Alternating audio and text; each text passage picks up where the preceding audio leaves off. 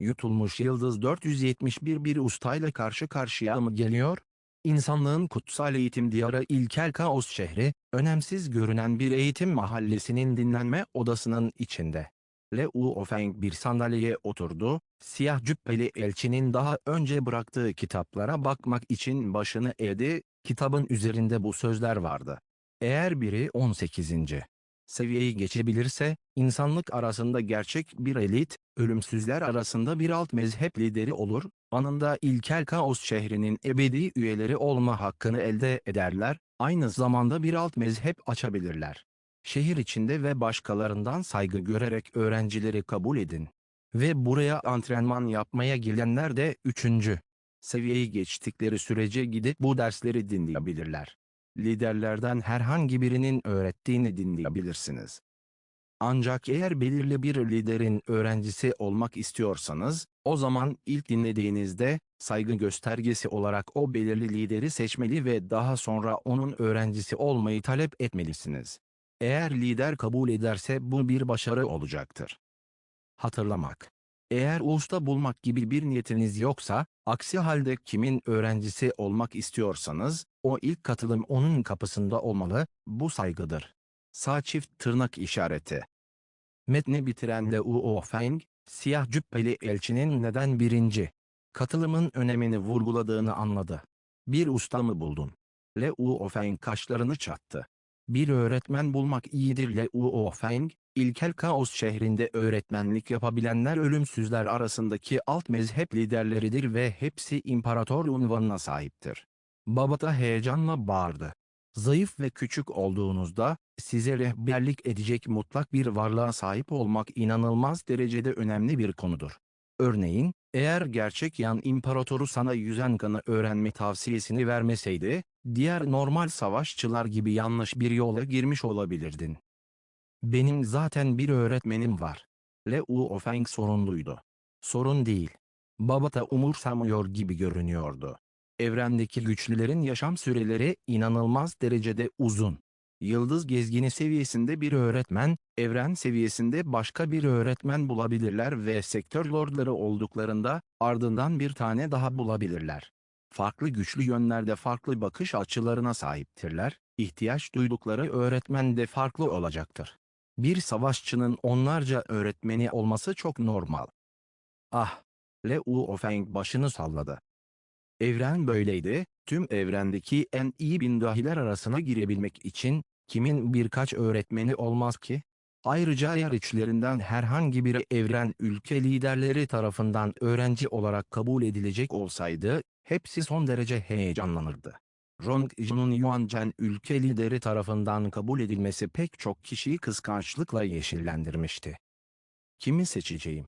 Liu Feng, 9 evren mezhebi içindeki 18 alt tarikat liderine ve onların kitap hakkındaki bilgilerine baktı. Bunların hepsi liderlerdi, ölümsüzlerin liderleriydi.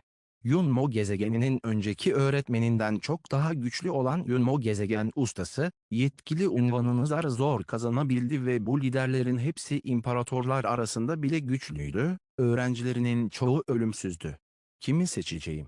DSÖ, Liu Feng mırıldandı ve hızlı bir şekilde tüm bilgileri taradı.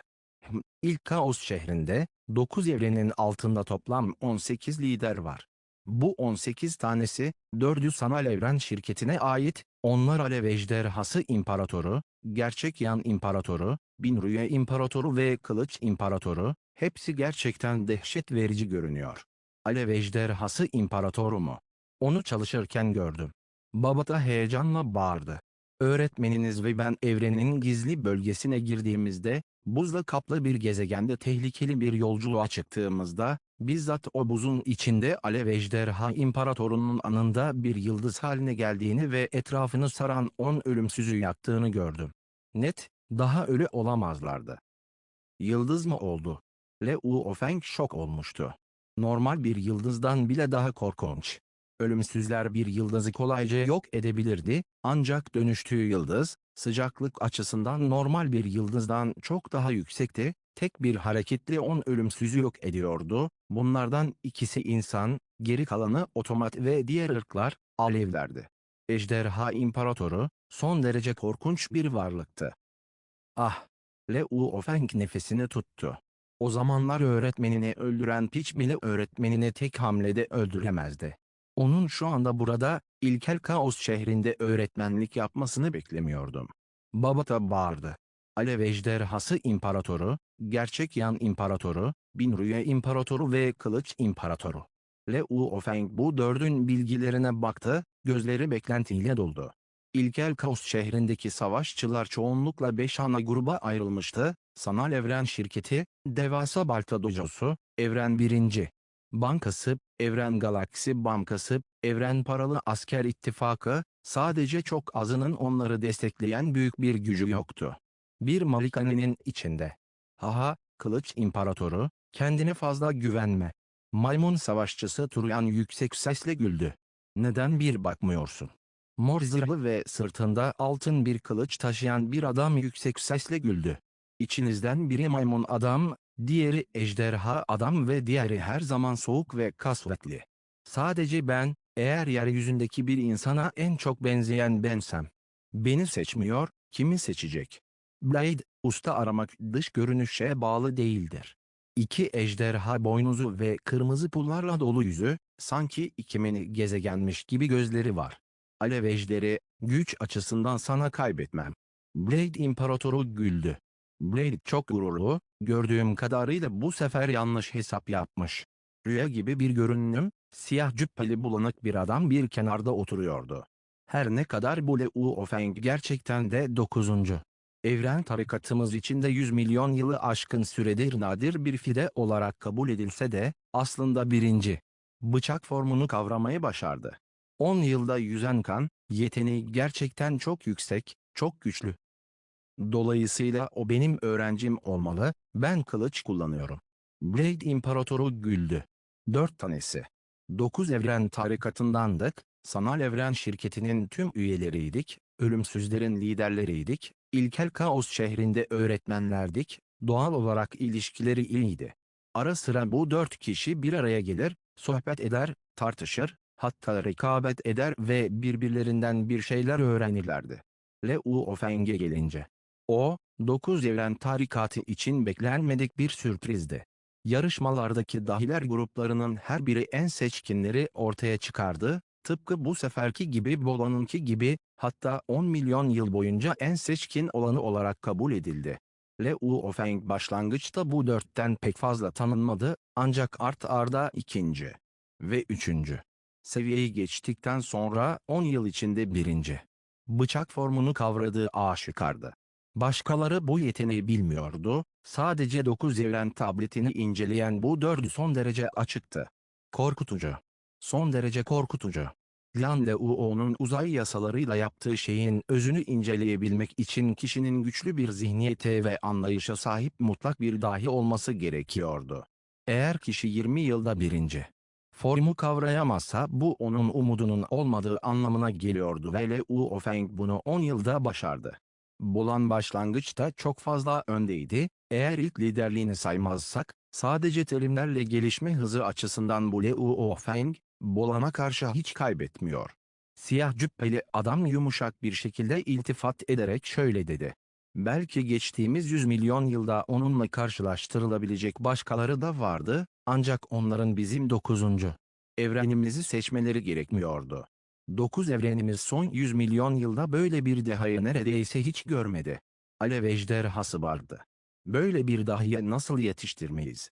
Dörtünün de çok tanıdığı Liu Feng, bu tür nadir mücevher fideleri, hepsinin onu desteklemesi normaldi, çünkü bu seviyedeki deha. Eğer düşmezse, daha sonra resmi veya imparator olma şansı yüksek olacaktı. İmparator olacak bir öğrenci yetiştirebilmek için kendi konumları büyük ölçüde yükselecekti. Öğrenci-usta ilişkisi oldukça güvene dayalı bir ilişkiydi.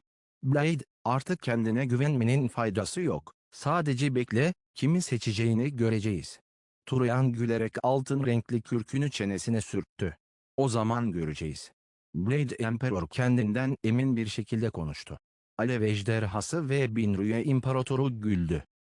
Birkaç gün sonra sanal evrende özel bir noktada, bulutların arasında süzülen görkemli bir tapınakta, Turan hemen meydanda belirdi, içinde bazıları uzun ve kısa birçok muhafız duruyordu, ancak hepsinin ortak bir benzerliği vardı, hepsi maymun adamdı. Siyah kürklü, altın kürklü ya da uzun kollu olsun, hepsinin rengi, boyu ve yapısı farklıydı ama hepsi maymun adamdı. HMPH.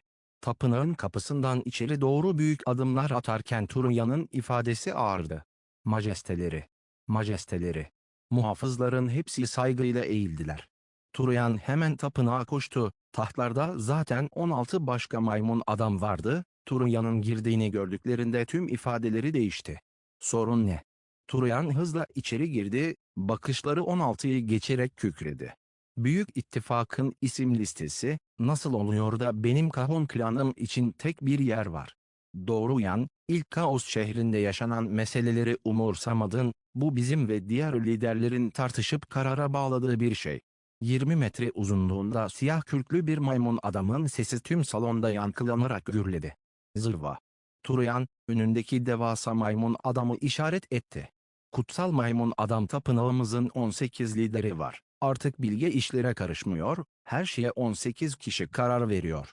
Ben liderlerden biriyim, genellikle umurumda olmaz ama işi fazla ileri götürmeyin, eğer sizin King Kong klanınız 4 slota sahip olabiliyorsa, neden benim Kahon klanına sadece bir slot verildi?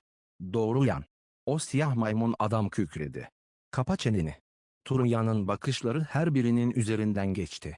Genellikle bu işlerle uğraşmadığım için beni aptal yerine koyma, eğer gerçekten mutsuzsan, gerçek bir eşleşme yapmanın bir sakıncası yok. Hepinizi derhal mühürleyeceğim. Sağ çift tırnak işareti. Diğer 15 kişi şaşkına döndü ama ses çıkarmaya cesaret edemediler. Gerçek yan imparatoru gerçekten de maymun ırkı arasında mutlak bir savaşçıydı, aynı zamanda şövalye unvanını almaya en yakın olanlardan biriydi, normalde maymun adam meselelerini pek umursamazdı.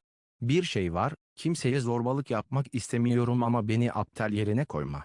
Turuyan herkese baktı. Böyle bir konu bir daha olursa, bunu sizinle sanal evrende tartışmayacağım. Ancak doğrudan yaşadığınız yere gideceğim. HMPH. Bitiren Turuyan döndü ve gitti. Maymun adamlar, evrenin tüm insanlığı boyunca oldukça yoğun bir nüfusa sahiptiler ve her yerde görülebiliyorlardı. Ancak maymun adam ırkı bile on binlerce klana ayrılmıştı. Bu maymun adam kutsal tapınağı hepsinin üst kademesiydi.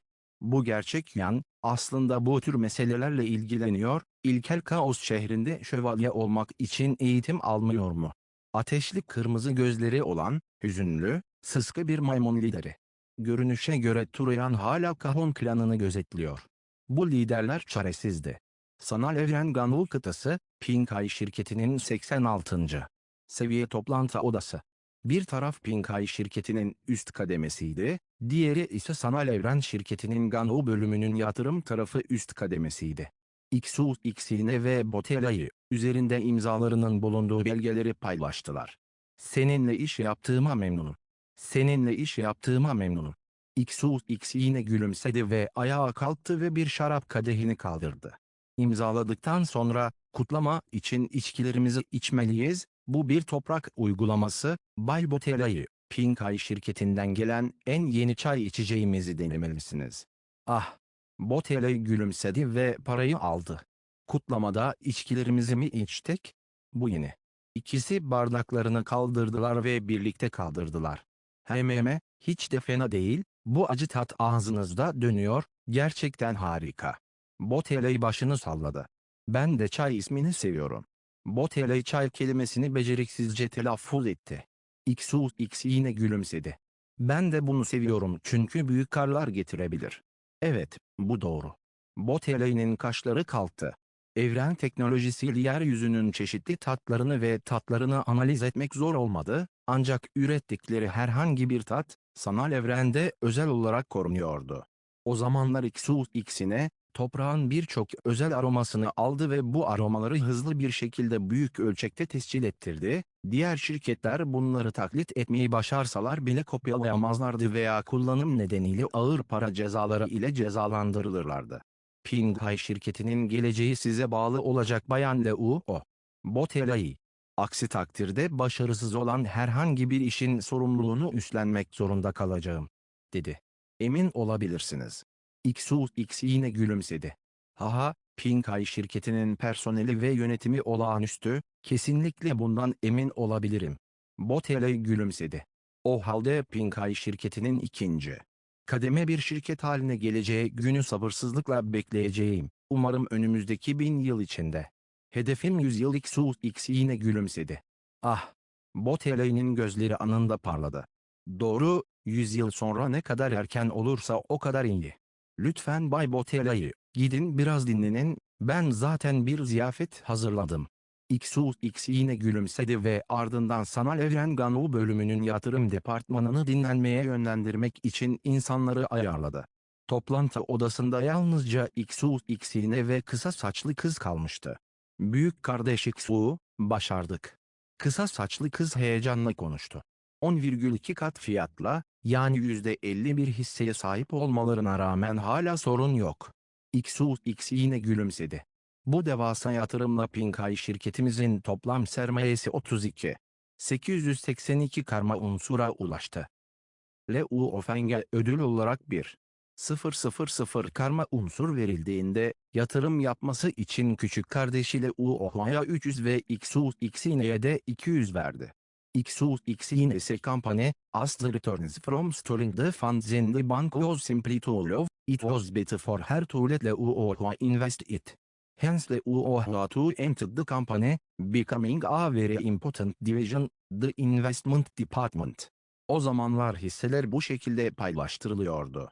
Leu Ofeng %50'ye, Leu Oha %25'e ve XUX yine %25'e sahipti. O zamanlar şirketin sermayesi toplam 600 karma unsurdan oluşuyordu.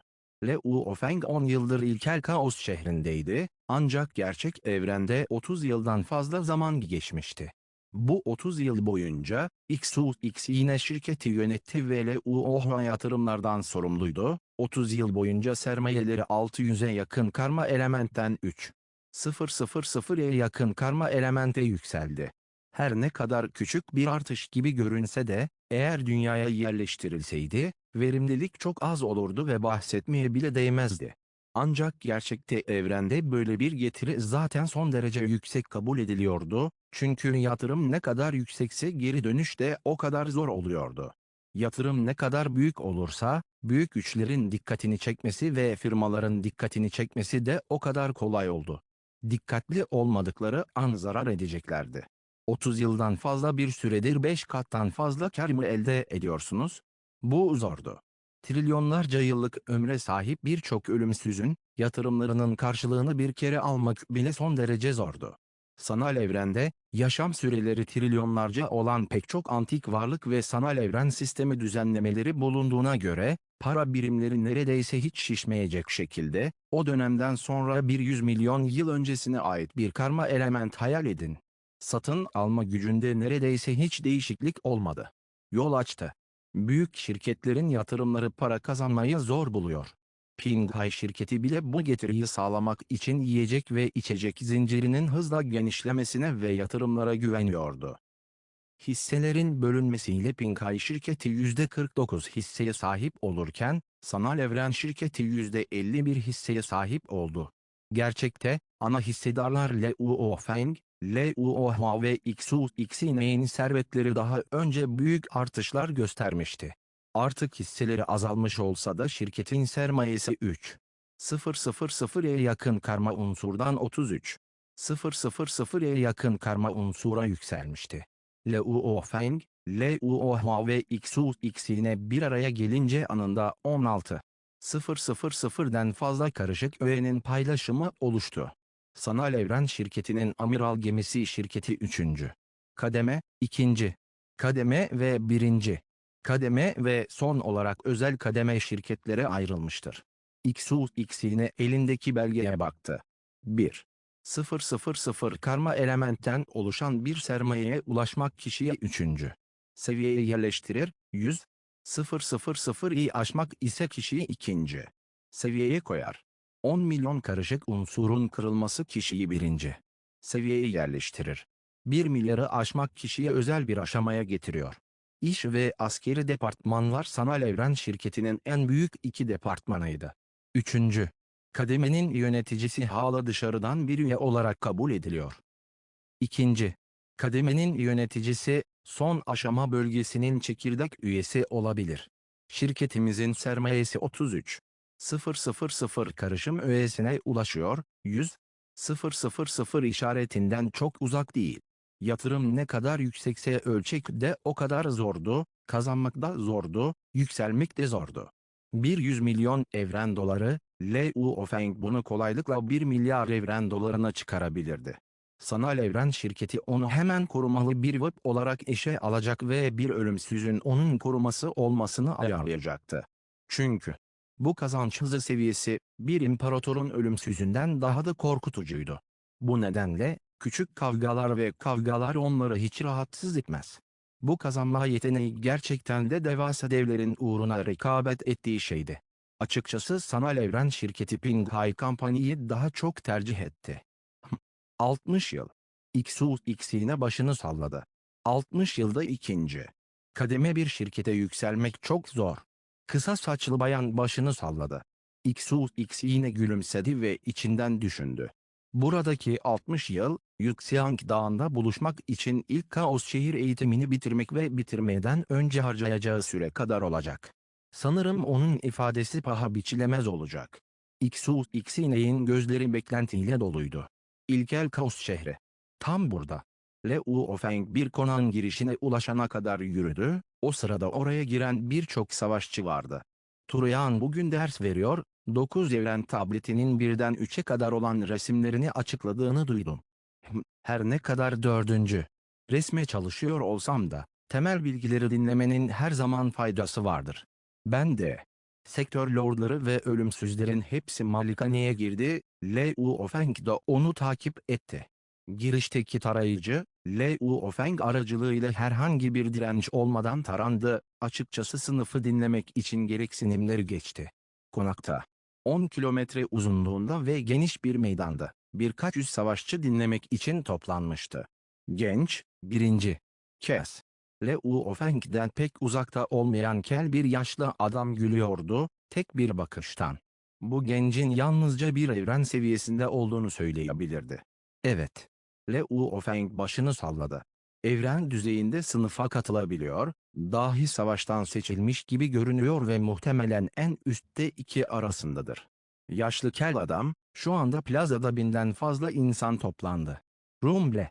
Biçimsiz bir baskı derhal plazayı yuttu, orada toplanan binden fazla savaşçı orada bir saygı biçimi olarak sessizleşti, altın zırhlı uzun boylu ve sağlam bir apyaman plazaya yürüdü, her adımda birkaç keme, arkasında onlarca parladı.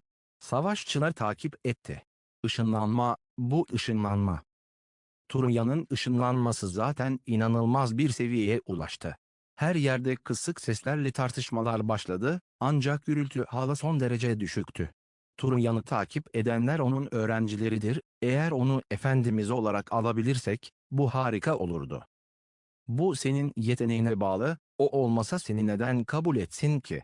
Liu Feng nefesini tuttu ve izledi.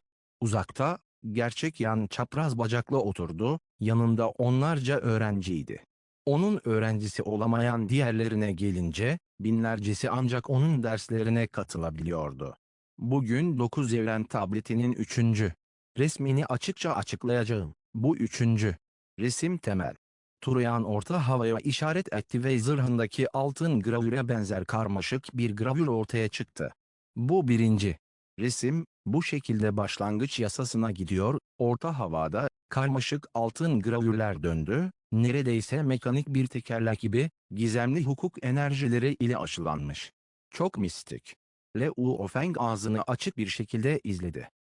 Turuyan sınıfı ayrıntılı olarak açıkladı, hesaplamaları bile çok açıktı, savaşçı grubu Haloders tarafından sersemletildi.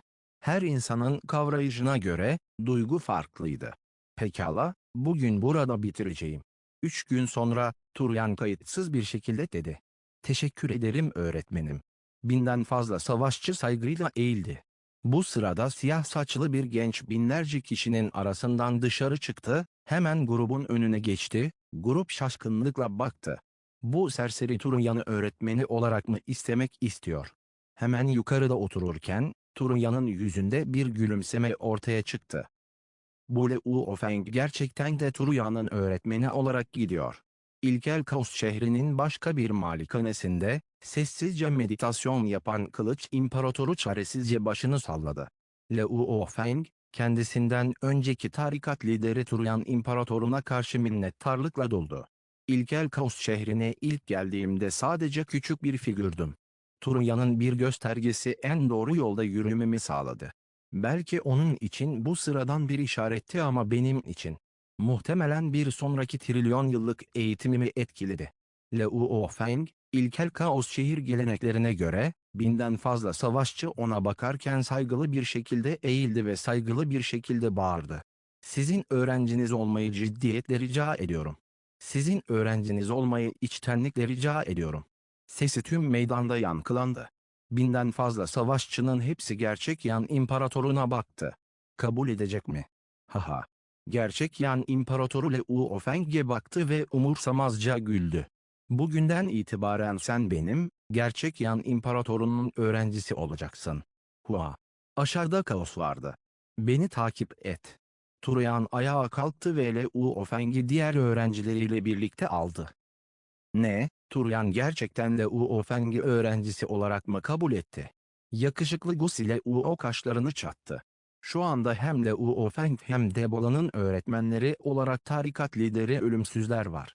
Ve Rong Jun, onun öğretmeni olarak bir evren ülkesi lideri var. Zaten önde gidiyorlardı, şimdi bir öğretmenin yardım etmesiyle, gelişmeleri daha da şok edici olacak. Gus ile Uo dişlerini gıcırdattı. Zamanımı tutmalı ve üçüncü seviyeyi hızla geçmeliyim, böylece bir öğretmen bulabilirim. Deli, gerçekten zayıflatılamaz. Antrenman alanında terli kaplı Rong Jun yumuşak bir sesle şöyle dedi. Rakibim sadece Bolan değil, aynı zamanda Liu Feng de. Kahretsin. Gerçek Yan onu gerçekten kabul etti mi? Manka Prensi Avuka sadece yavaşça kükredi ve ardından sıkı çalışmaya geri döndü. Dahi grubunun tümü baskıyı hissetti, çünkü aslında bir mezhep liderini öğretmeni olarak elde etmek kolay değildi. İlk önce, şart olarak üçüncü seviyeyi geçmek gerekiyordu ve normalde dahi yarışmasından gelen 1,000 kişiden, ilkel kaos şehrinde 30 yıl içinde üçüncü seviyeyi geçebilecek sayı tek elle sayılabilirdi. Önceki yarışmalarda, üçüncü seviyeyi geçebilenlerin sayısı çoğunlukla 5'in altında kaldı.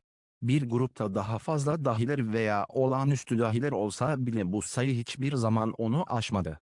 Üçüncü seviyeyi geçtikten sonra bile ölümsüz mezhep liderleri ikisini de neredeyse hiç kabul etmedi. Bu eski tuhaf şeyler çoğunlukla 1 trilyon yıldan fazla bir süredir varlığını sürdürüyordu. Bir öğrenci gerçekten kabul etmeleri genellikle uzun bir zaman alırdı. Zaman aktıkça, bu dahiler bir an bile pes etmediler, özellikle de önlerinde kovalayacakları çok sayıda hedef varken, bu dahiler şaşırtıcı bir hızla geliştiler. 1 yıl, 2 yıl, 3 yıl, 4 yıl, 5 yıl. İlkel Kaos şehrine vardıktan sonraki 13. yılda Rong Jun 3. seviyeyi geçti. 19. yılda Liu Feng 4. seviyeyi geçti ve o gün Bolan da 5. seviyeyi geçti. İkisi herkesi aştı.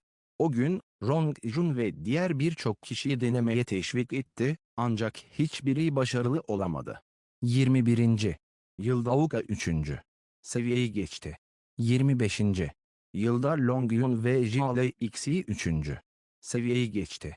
28. yılda Qian Sui 3. seviyeyi geçti. Göz açıp kapayıncaya kadar 30 yıl geçti. İlkel Kaos şehrinde, gerçek Yan İmparatorunun konağı, Liu Feng, İlkel Kaos şehrini terk etmene sadece 10 gün kaldı. Turuyan, Liu Feng'e bakarken güldü. Ayrıldıktan sonra, eğitim sırasında zor sorularla karşılaşırsan bana sorabilirsin. Diğer dünya meselelerine gelince, umarım bunları kendi başınıza halledebilirsiniz. Tabii gerçekten çözemeyeceğiniz bir şeyle karşılaşmazsanız, gelip beni arayın, anlaşıldı mı? Evet öğretmenim. Hala koyu kırmızı bir zırh giymiş olan siyah kısa saçlı genç, Turyan ve diğerleriyle karşılaştırıldığında sıska ve küçük olmasına rağmen orada duruyordu. Ancak yaydığı bastırılmış şiddetli cesur enerji kalpleri titretiyordu. İlk geldiği 30 yıl öncesine kıyasla artık o kadar genç ve hassas değildi. Şiddetli bir sertlik vardı. Evrenin köken yasalarını kavramaktan kaynaklanan, o kavrayışın insanın kemiklerinin derinliklerinde, özel bir aurayla eritilmesiyle oluşan bir şeydi bu. Hım. Turuyan memnun bir şekilde başını salladı, bu öğrenciden son derece memnundu. Devam et. Turuyan gülümsedi. Liu Ofeng sertçe diz çöktü ve gerçek Yan imparatorunun başını sallayıp gülmesine neden oldu. Ayağa kalk. 20 yıllık rehberlik için teşekkür ederim öğretmenim. Liu Ofeng diz çökmeye devam etti. Öğrenciniz sizi hayal kırıklığına uğratmayacak. İçinde Liu Ofeng şükranla doluydu, altın bir maymun adama benzeyen bu devasa altın kürklü savaşçı. Konumu son derece yüksek olmasına rağmen genellikle çok samimi ve öğrencilerine yakındı. 20 yıl. Liu Ofeng ne kadar zamandır yaşıyor? Yunmo gezegeninden öğretmeni Huyan Boya minnettar olmasına rağmen, hiçbir zaman gerçekten etkileşime girmediler. Ancak Primal Kaos şehrinde, Turyan İmparatoru ile 20 yıldır etkileşim halindeydi ve bu öğretmen-öğrenci ilişkisi doğal olarak derinleşmişti. Haha, beni hayal kırıklığına uğratmayacak mısın? Turyan, çenesindeki kürkü ovuşturdu ve gülerek. Senin için ilk hedefim, ilkel gizli bölgeye girmek. İkinci, hedef ölümsüz olmak ve imparator unvanını kazanmak. Anlaşıldı. Evet. Liu Ofeng yüksek sesle yankılanarak kesin bir şekilde cevap verdi. Haha, sayısız yıllar boyunca 100'e yakın öğrencim oldu, ancak yalnızca üçüncü. Son sınıfınızın her biri gerçekten anında ölümsüz hale geldi ve daha sonra imparator oldu. Turuyan güldü, gözlerini kıstı. Artık karar sana kalmış. Liu Ofeng çok açıktı, öğretmeninin toplam 92 öğrencisi vardı, 23'ü zaten düşmüştü ve ilk Kaos şehrinde onu takip edenlerin sayısı sadece 35'ti. Bazılarının unvan yetkilisi vardı. Sadece bir kişi imparator olmuştu, yani Taijun adında üçüncü. Kıdemliydi, Nakamon klanından mutlak bir savaşçıydı ve çok uzun zaman önce onun öğrencisi olmuştu. Öğretmeni 1 trilyon yıldan fazla bir süredir varlığını sürdürüyordu. Üçüncü. Son sınıf olarak adlandırılabilmek için, bu onun önceki 100 milyon yılda kesinlikle kabul ettiği bir şeydi, şu anda bu son sınıf öğrenci grubu arasında idoldü. Taijun, kana susamış imparator unvanıyla. İtibar açısından, öğretmeni Turyan'dan çok daha öndeydi, tabii ki öğretmeni bir evren ülke liderine yakın bir varlıktı, güç açısından ise hala daha güçlüydü. Devam et, devam et. Turyan gülümsedi ve elini salladı. Evet. Liu Ofeng ayrılmak için ayağa kalktı. Öğretmeninin malikanesinden çıkıp baktı, içinde acı tatlı bir duygu vardı. En son dünyayı terk ediyordum, bu sefer öğretmenimden ayrılıyor. Liu Ofeng başını salladı. Hala gençsin, 10 milyon yıl eğitim aldığında alışacaksın. Baba taşın sesi zihninde yankılanıyordu. Pekala. Liu Ofeng kaşlarını çattı. 10 milyon yıllık eğitim geleceğe yönelik bir şeydir. Şu anda 100 yıldır yaşamıyorum. Bu kadar uzak konuları konuşmaya gerek yok. Sokak boyunca yürümek. Liu Ofeng içini çekti. 30 yıl. Bir anda bitti. Liu Ofeng içten içe mutluydu. Geldiğimden çok daha güçlüyüm. Dünya bedeni, eğitmediği için evren seviyesi birde kaldı. Ancak ilkel kaos şehrinden ayrıldığı anda, yaşam havuzunu kullanabilir ve kolayca evren seviyesi 9'a ulaşabilirdi. Herhangi bir darboğaz olmadığı için, doğrudan etki alanı lorduna kolayca ilerleyebilirdi. Mosha klanı altın boynuzlu canavarla aynı seviyedeydi. Liu Ofeng, ilk evrene gelmeden önce etki alanı lordu seviyesi için gerekli olan büyük miktarda metali zaten hazırlamıştı, dolayısıyla normal evrim hızını korudu. İlkel Kaos şehrinde toplam 30 yıl. 10 yıldan biraz daha uzun bir süre önce alan lordu seviye 1'e ulaştı. Ve etki alanı lordu seviye 1'den 3'e kadar olan seviyeler 150 yıl gerektiriyordu. 4'ten 6'ya kadar 600 yıl gerekiyordu. 7'den 9'a kadar olan süreç 600 yıl gerektiriyordu. Etki alanı lordu seviye 9'dan sektör lorduna geçiş yaklaşık 5,000 yıl gerektirdi. Etki alanı Lord seviyesinde optimum metal gruplarını kullanmak evrim verimliliğini en fazla 52 kat artırabilirdi. İlkel Kaos şehrinde 20 yıl geçmişti. Bu da onun normal evriminin 1000 yıldan fazla süredir devam ettiği anlamına geliyordu. Dolayısıyla, mevcut altın boynuzlu canavar ve Mushak klanı, Alan Lord'u 6. seviyeye ulaşmıştı. Eğer yaşam havuzuna gidersem ve evrenin 9. seviyesine evrimleşirsem orada durmam gerekir. Eğer Alan Lord'una ulaşırsam, Leo Ofeng düşündü. Teorik olarak bu zahmetli olurdu, Alan Lord'u seviye 1 olduğum anda doğrudan Alan Lord'u seviye 9'a yükselebilirim. Ancak ben diğerlerinden farklıyım, gelişimim iç dünya ile sınırlıdır. Sağ çift tırnak işareti. İç dünyası Alan Lord'u seviye 6 olduğundan, o zamana kadar herhangi bir darboğaz yoktu. Ancak eğer iç dünyası gelişmediyse, bedeninin ruhunun da büyümesine imkan yoktu. Altın boynuzlu canavar ve Mushak klanı etki alanı Lord'u seviye 9'a ulaştığında, o zaman insan bedenimin Alan Lord'u seviye 9'a yükselmesini sağlayacağım. Leo Ofeng düşündü. İlkel Kaos şehrinde en büyük gelişmem köken yasalarını anlamamda oldu. Leo Ofeng bağırdı. 9 evren tableti ve öğretmeni Turyan İmparatoru'nun öğretileri ile birlikte yüzen kan üzerinde çalıştığında, gelişimi gerçekten çok büyüktü. 10 yıl önce Floating Blood'ın 1. bıçak formunu tamamen kavramıştı. Başlangıç en zoruydu, deneyim ve öğretmeninin yönlendirmeleri ile, üstelik 108 bıçak formu yağmur damlası resimleri ile en uyumlu olanlar da 9 bıçak formu, dolayısıyla 3 yıllık çalışmayla Leo Ofeng 2. bıçak formunu kavradı ve diğer 3 bıçak formunun ardından 3. oldu. Ne kadar uzağa giderse verimlilik de o kadar yüksek olur. İlkel Kaos şehrinde bulunuşunun 28. yılında, Leo Ofeng 9. bıçak formunu kavraymıştı. Bu noktada 9. evren tabletinin yağmur damlası resmi Leo Ofeng için artık pek fazla gizem taşımıyordu, tamamen anlamıştı.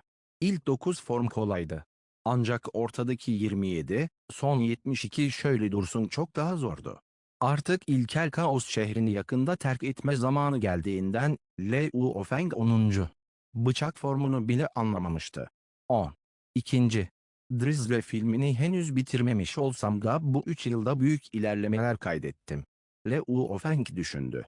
Ayrılmadan önce 10 gün daha var. Ondan önce Cennet Köprüsü'nü bir kez daha deneyeceğim ve 5.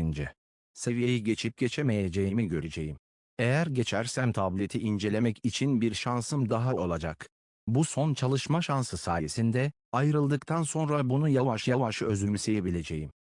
İlkel evren ile gerçek evren arasındaki o kararsız evrende büyük bir balık uçuyordu. Bu büyük balığın içinde. Efendim şövalye, bu gruptaki 1000 dahiden 816'sı hala hayatta. Yeşim İmparatoru yeşim zırhı giymiş ve selam veriyordu ve şöyle devam etti. Bunların arasında en istisnai olanı Bolan, o şu anda 5. seviyeyi çoktan geçmiş durumda. Sırada Leo Ofeng var, 4.'yü geçti. Sonraki 5'in hepsi 3. seviyeyi geçti. Grubun en şok edicisi Leo Ofeng, 19. yılında çoktan 4. seviyeyi geçti. Diğer 10 ölümsüzün hepsi tepki gösterdi ama saygılı kaldılar. Ancak 9 Braidnik tahta oturdu ve başını sallayarak dinledi ve yumuşak bir şekilde şöyle dedi. Borlan, Leo Ofeng mi? Gümbürtü. Gemi ilerlemeye devam etti. 9 Braidnik İlkel Kaos şehrine giden gemide oturuyordu ve Leo Ofeng'in grubunu gerçek evrene geri götürmeye hazırlanıyordu. Pinghai şirketinin 86. kattaki toplantı odası. Abla Xu, iyi olmalı değil mi? Kısa saçlı bayan Xu Xine'ye baktı. Sorun değil. Xu Xine sakince oturdu. Leo Ofeng 1930 yılı aşkın bir süredir ilkel Kaos şehrindeydi, ancak gerçek evrende 100 yıldan fazlaydı, uzun bir süre gibi görünebilir, ancak geniş evrende bu sadece küçük bir parıltıydı. Özellikle ebedi bedeniyle, Xu Xine'in görünümü 100 yıl boyunca hiç değişmedi, sadece bakışları ve aurası, tıpkı ışığın bir değerli taşı keskinleştirmesi ve şekillendirmesi gibi, onun güzelliğini ortaya çıkararak önceden olgunlaştığı belliydi. Zamanında yetişebilir miyiz bilmiyorum. X yine gözlerini kapattı ve içinden mırıldandı. Liu Feng ilkel kaos şehrini terk etmek üzere, umarım birkaç gün içinde denetimi geçeriz. Baba, baba, baba. Kapı birkaç kez çalınır. Girin. X yine gözlerini açtı, bakışları derin ve bilgeydi. Bu, büyük bir şirketi uzun süre yönetmekten oluşmuştu, süreç içerisinde doğal olarak oluşan bir şeydi. Kapı itilerek açıldı ve çok resmi giyimli bir Boteley büro şefi, yanında gümüş saçlı, yeşil gözlü, orta yaşlı bir bayanla birlikte, arkasında 8 personel daha olmak üzere toplantı odasına girdi. Denetim nasıl? X yine gülümsedi ve ayağa kalktı. Haha, Bayan Leuo'nun beni hayal kırıklığına uğratmayacağını biliyordum. Boteley yüksek sesle güldü, yanındaki orta yaşlı bayan da gülümsedi. Bayan Leuo, denetim departmanımızın incelemesine göre, yarı yıllık raporunuz yalnızca %0,01 marjinal hatayla tamamen doğrudur. X yine anında heyecanlandı. Abla başardık. Yanında kısa saçlı kadın heyecanla tezahürat yapıyordu. Tebrikler Bayan Leuo. Orta yaşlı kadın gülümsedi ve kolunu uzattı. El sıkışmak dünyanın bir formalitesi değil mi? Teşekkür ederim, teşekkür ederim. X yine eline sıkarken heyecanını bastırmak için çok çabaladı, ancak gözleri çoktan sevinç yaşlarıyla dolmuştu. Sıkı çalışması sadece bugün içindi, sonunda, nihayet, ona tam zamanında ulaşmayı başardılar. Bayan Leuo, büro şefi Boteley gülümsedi. Yarı yıl raporuna göre, Pinkay şirketinin mevcut sermaye değeri 100,02 karma unsurdur. Sanal Evren şirketi kapsamındaki şirketlere verilen seviyelerimize göre, Pinkay şirketinin sermayesi şimdiden ikinci sıraya ulaştı. Kademe seviyesi, dolayısıyla, Pinkay şirketi içindeki değişiklikleri derhal bir gün içinde talep edeceğim Bayan Leuo, siz de ilgili güçle ödüllendirileceksiniz. Evet. Gümüş saçlı yeşil gözlü bayan başını salladı. Bir süre sonra ana departman, Bayan Leuo'nun çekirdeğe girmesiyle ilgili işleri düzenlemek için insanları gönderecek. Tebrikler, tebrikler. Büro şefi Botelay yüksek sesle güldü. Bayan Leuo, son aşama üyesi olarak çekirdek seviyeye girdiniz, Bay Leuo çekirdek mutlak başlangıç bölgesinde. Karı koca sanal evren şirketinin çekirdeğine girdiler, bu kesinlikle bir peri masalı. X yine heyecanını ve sevincini zar zor zapt edebiliyordu. Teşekkürler, şirketim zaten herkes için bir ziyafet hazırladı. Dedi X yine. Bayan Leuo, gümüş saçlı yeşil gözlü bayan başını salladı ve gülümsedi. Sonuçları yönetime bildirmek için hemen ayrılmam gerekiyor. Ayrıca şirketinizin kademesinin yükselmesini talep ediyorum. Bu yüzden kalmayacağım. Evet, bir şirketin kademe değişikliği son derece önemlidir, kalmaya cesaret edemeyiz. Büro şefi Boteley de söyledi. Bir süre sonra, sanal evren şirketinden gelen grup hızla ayrıldı, geriye yalnızca Xine ve yardımcısı kaldı. Abla büyük kardeş Kısa saçlı kadın heyecanla tezahürat yaptı. Başardık, başardık, gerçekten Bay Leuofeng dönmeden önce başardık, şirketi büyüttük. İkinci kademe bir şirket haline geldik. Tanrım, bu kesinlikle inanılmaz, hem de inanılmaz. Hım. Xine başını salladı, yüzü heyecanla doldu. Çok çalıştığımız sürece her şeyi başarabiliriz. Yaptık. Gerçekten başardık. Xine döndü. Devasa cam pencereden dışarı baktı, yeryüzünde yutan canavar olayının meydana geldiği zamanla karşılaştırıldığında yansımasını gösteriyordu, görünüşü hiç değişmemişti, hala o kadar güzel, figürü hala ince, fazla yüzyıllık değişimden sonra artık neredeyse hiç bu kadar heyecanlanmıyordu. Ancak bu zamanda, o büyük pencerede yansıyan kadın, adeta ilk kez aşık olan bir genç kız gibiydi, heyecan ve beklentiyle doluydu. Yuxiang Dağı'nda benimle buluştuğunda nasıl bir ifadeye sahip olacağını bilmiyorum. Yine yavaşça söyledi, gözleri beklentiyle doluydu. Feng ilk Kaos şehrinde 20 yıla yakın bir zamandayken, gerçek evrende 60 yıl çoktan geçmişti. X'ine, 60 yıl boyunca, birleşmelerinden elde edilen ilk 30.000 karma elementi büyük bir şirkete dönüştürdü ve 60 yıl içinde bu rakamı 100 000'in üzerine çıkardı. Bunda Liu Ohua'nın çalışması da vardı, ancak X'ine sorumlu asıl kişi olarak kritik bir rol oynamıştı.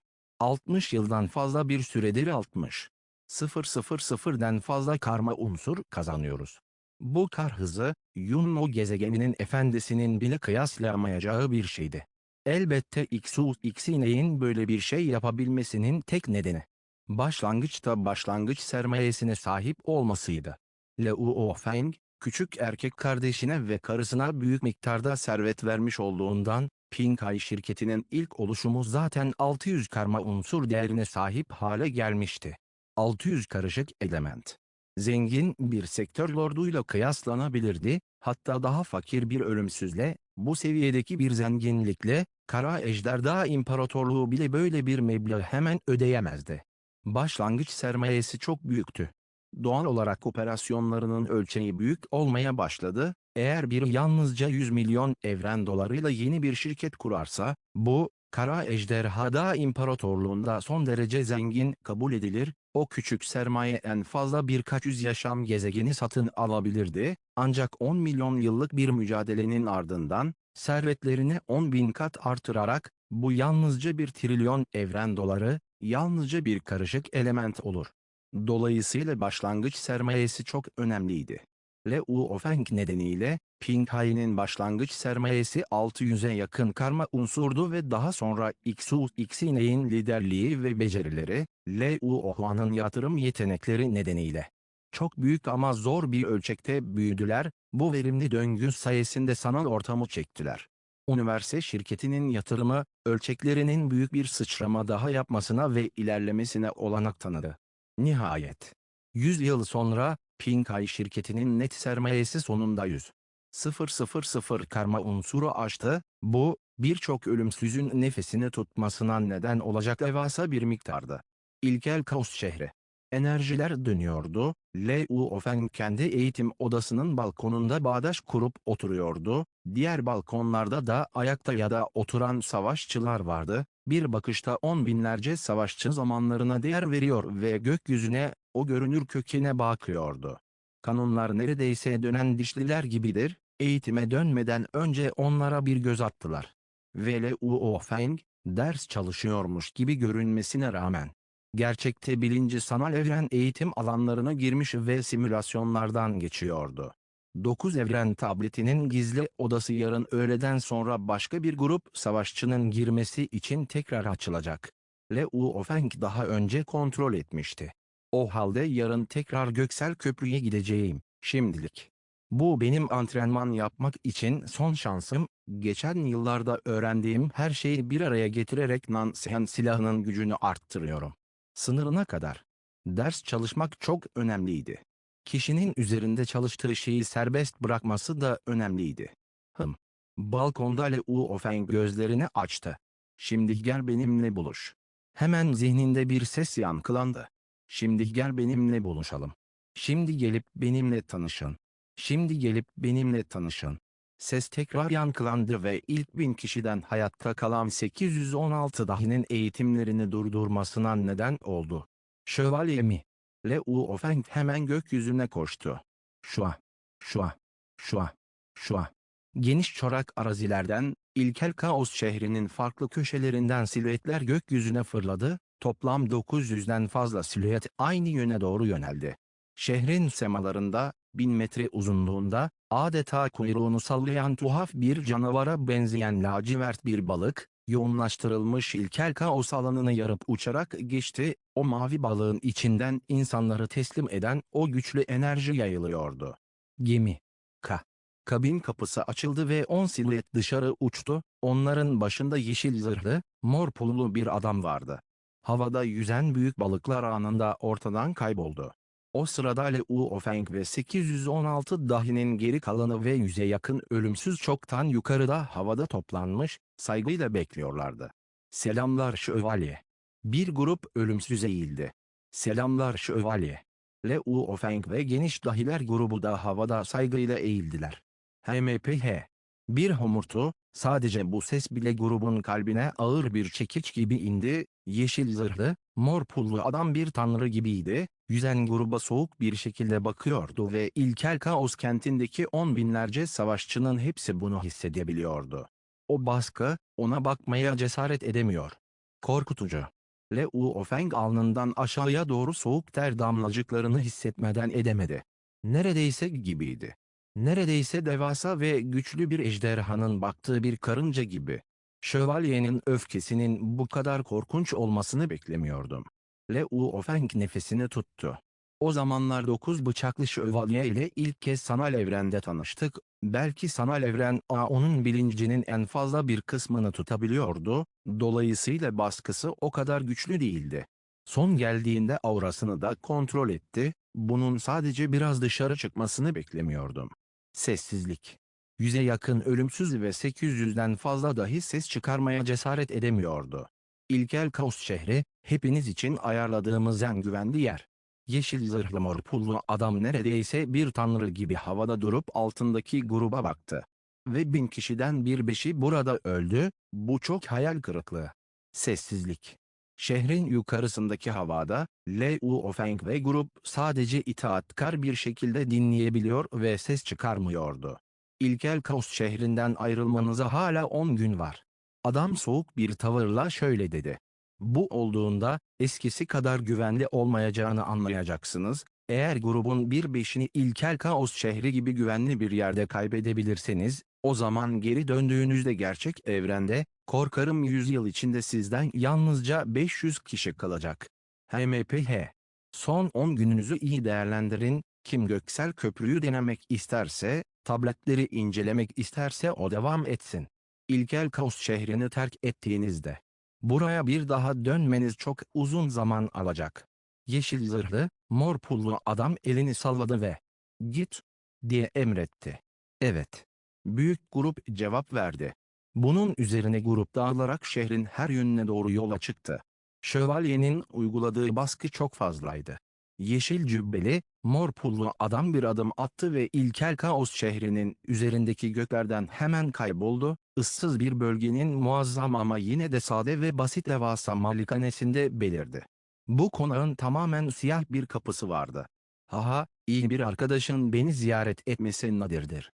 Bir kahkaha atarak siyah kapı otomatik olarak açıldı, çuval bezine benzeyen bir kıyafet giymiş üç gözlü yaşlı bir adam dışarı çıktı, bu yaşlı adam 52 klonu olan Kandeli ilkel Kaos tabletlerinin koruyucusuydu. Uzun zaman oldu, bu yüzden seni görmeye geldim. 9 bıçaklı şövalye gülümsüyordu. İkisi yan yana konan oturma odasına doğru yürüdüler, karşı karşıya oturdular, üç gözlü yaşlı adam gülümsedi ve biraz şarap döktü. 9 bıçak, beni burada sebepsiz aramazsın, konuş ne oluyor konu. Haha, o zaman doğrudan konuşacağım. Sağ çift tırnak işareti. 9 bıçaklı şövalye gülümsedi. Hesaplamalarımıza göre yeni bir evren gizli alanı keşfettik, son derece yüksek bir seviyeye ait. Ah! Üç gözlü yaşlı adamın gözleri parladı. Evrenin gizli alanları, geniş evren değişirken meydana gelen, doğal olarak oluşan olgulardı. Normal değişim yoluyla genellikle bu türden yıldızlar ve gezegenler oluşmuştur. Ancak özel koşullar altında, siyah ejderha yıldız alanı kadar büyük mistik evrenin gizli alanları ortaya çıkabilir. Gerçek evren, en geniş ve en eski evren olarak biliniyordu. Evrendeki gizli alanların farklı tehlike seviyeleri vardır, içindeki hazineler de çok farklıdır. Ancak normalde en berbat yeni gizli alanların bile keşfedilmesi için en azından sektör lordu seviyesi gerekir. Ne kadar yüksek?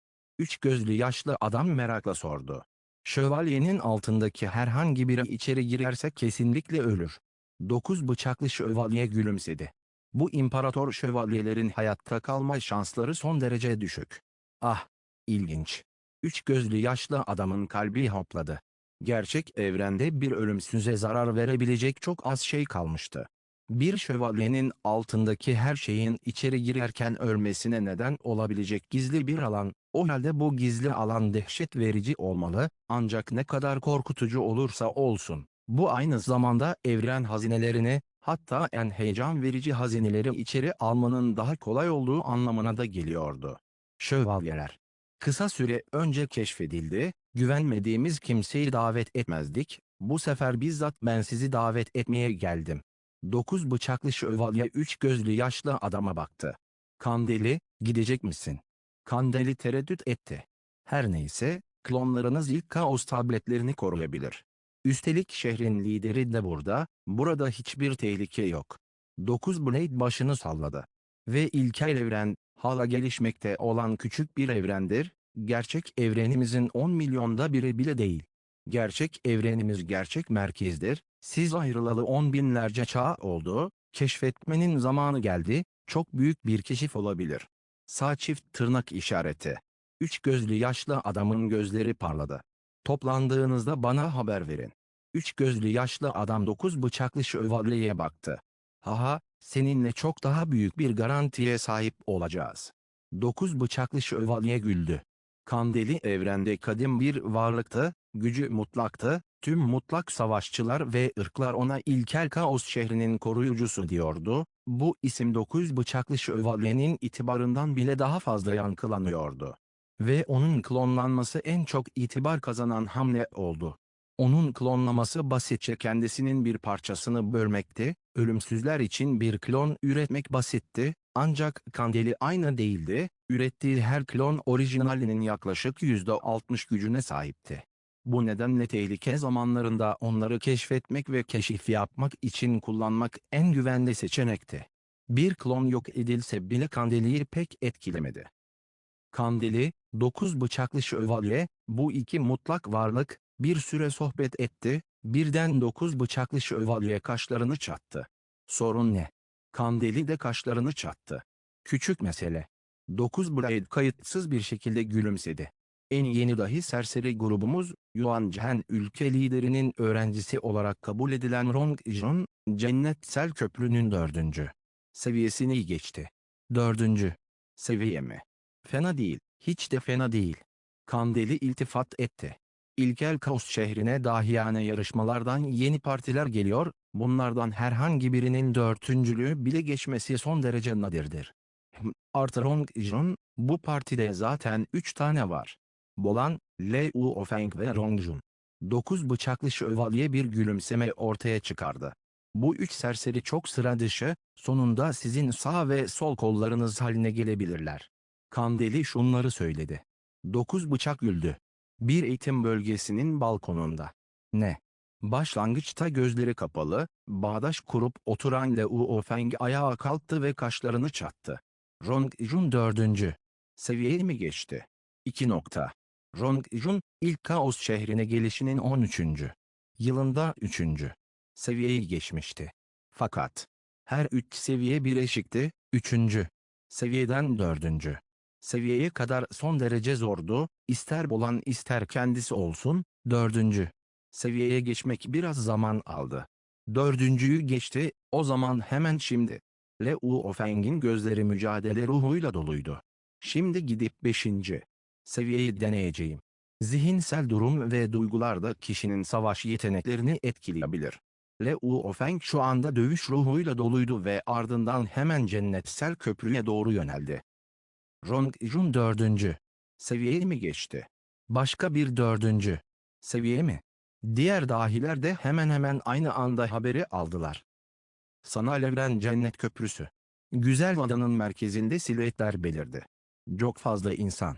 Liu Ofeng ortaya çıktığı anda, çevrede zaten 20'den fazla gencin olduğunu gördü ve daha fazlası hala ortaya çıkıyordu. Açıkçası 800'den fazla dahinin hepsi ilkel kaos şehrini terk etmeden önce bir şans vermek istiyordu. Rong Jun'un atılımı herkesi buraya gelmeye teşvik etmişti. Bir dene. Liu Ofeng, şu anda 9. Evren köprüsünde biri var. Sıradaki sen olacaksın. Siyah cübbeli bekçi Bevin gülümsedi.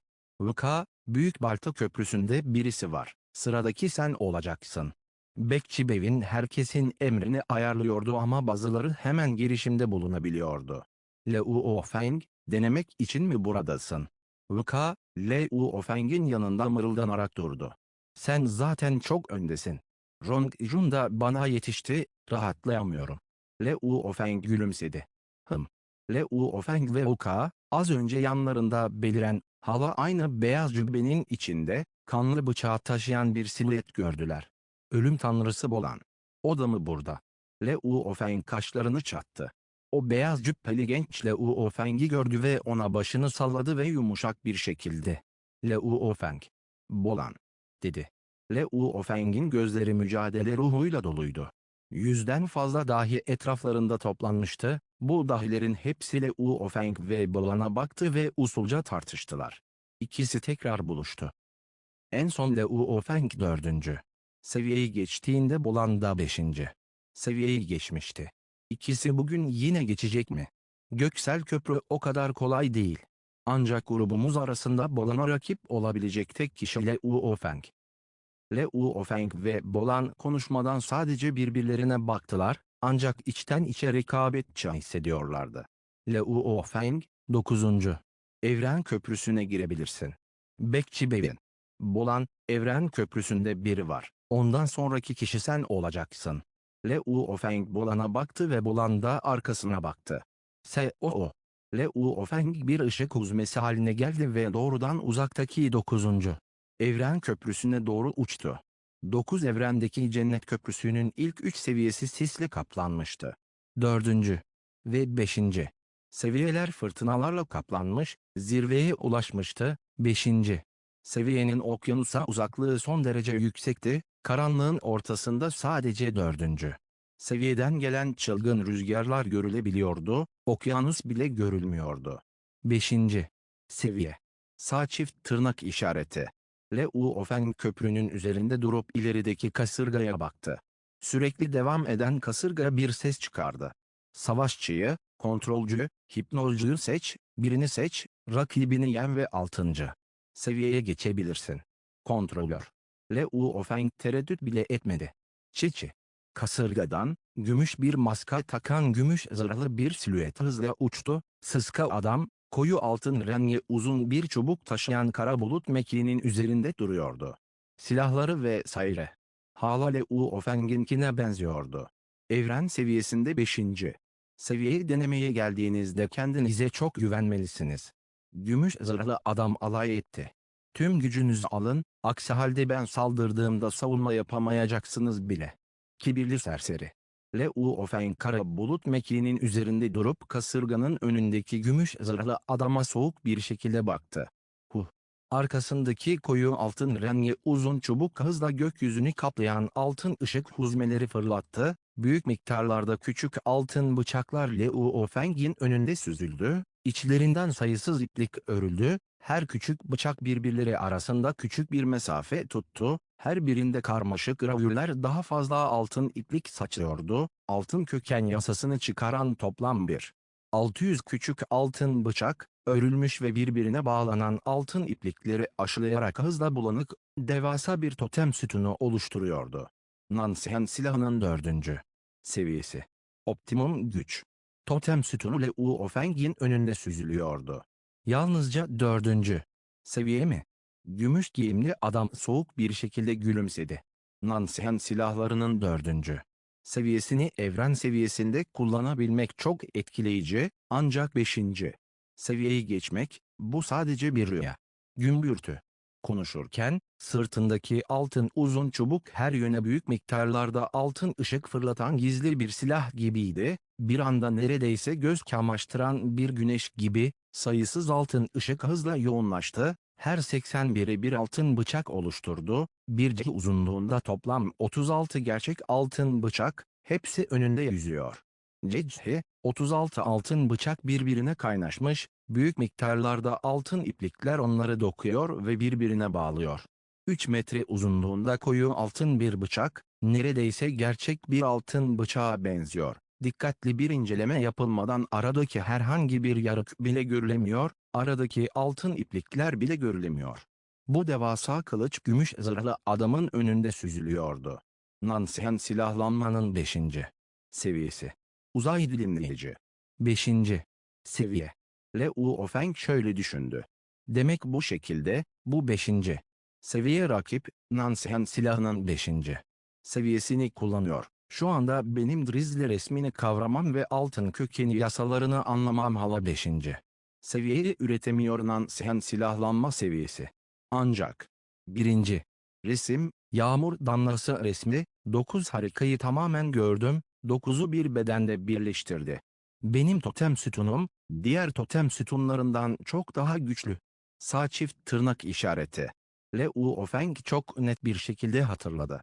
İlk kez birinci seviyeyi denediğinde, cenneti delici kılıcı, rakibinin 3 bıçağını bire çıkarmıştı. Bu tek bir anlama geliyordu. Bu, seviye ne kadar yüksek olursa, güç ve gücün de o kadar yüksek olacağı anlamına gelmiyordu. Git ve öl. Gümüş zırhlı adam soğuk bir şekilde Liu Ofeng'e baktı. XYU. 3 metre uzunluğundaki koyu altın rengi uzun bıçak anında gökyüzünü yardı ve altın rengi bir bulanıklığa dönüştü. Gürültü. Totem sütunu yuvarlanmaya başladı.